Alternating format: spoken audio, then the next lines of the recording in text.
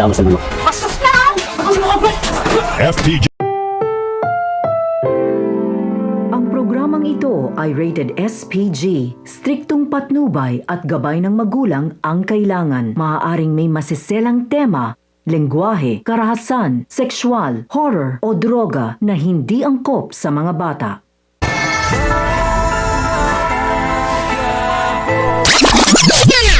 Humingi ulit ng pasensya si Tess sa mag-asawang Nita at Marsing dahil sa nangyaring gulo. Ngunit sinabi ni Nita na hindi na muna matatanggap ang pasensya ni Tess dahil pati si Mokang ay puganti na rin ngayon. Bilang pinalis ni Lena ang kanyang kasamahang pulis nang makita niya si Rigor na rumoronda rin para hanapin nga si Tanggol. Kung kaya't sinamahan niya ito hindi para hanapin si Tanggol kundi makalingkis ulit kay Rigor.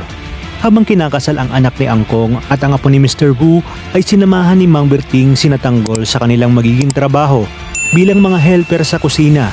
Ngunit bago ito ay pinaalala ni Mang Berting kay Tanggol na seryosohin ito ang trabaho upang magtagal sila. Kaya naman sinabi ni Tanggol na wag umunong mag-alala si Mang Berting dahil talagang hindi nila sasayangin ang oportunidad na binigay nito upang makapagtrabaho sila ng patas at maayos. Matapos ito ay binigyan na sila ng kani-kanilang toka. Nagpasalamat si Mokang dahil hindi sila nagkamali sa paglapit kay Mang Berting.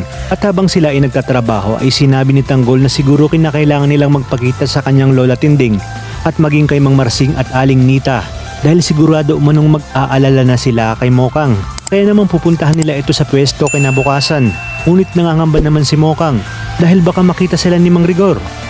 Pinulong na nga ni Agustus ang mga hepe ng Enlea para sa isang manhunt sa mga taga Red Phoenix at Hong Kong Triad dahil may malaking transaksyon umano ng droga kung kaya't kailangan magpakanap na ng kapulisan sa lugar.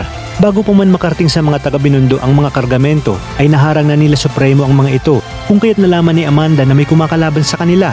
Sa kabilang banda, hindi mapigilan ni Tanggol na hindi mailabas ang kanyang galit dahil sa isa sa kanilang kasamahan na nang mamanya kay Mokang. Kaya't kahit nagbagong buhay na siya ay inupakan niya pa rin ito para lang ipagtanggol si Mokang.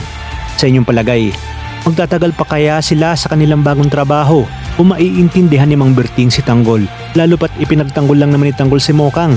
Kaya naman kapamilya kapit lang dahil marami pa tayong dapat abangan sa pagbubukas ng bagong kabanata ng ating paboritong teleserye, ang FPJ's Batang Quiapo.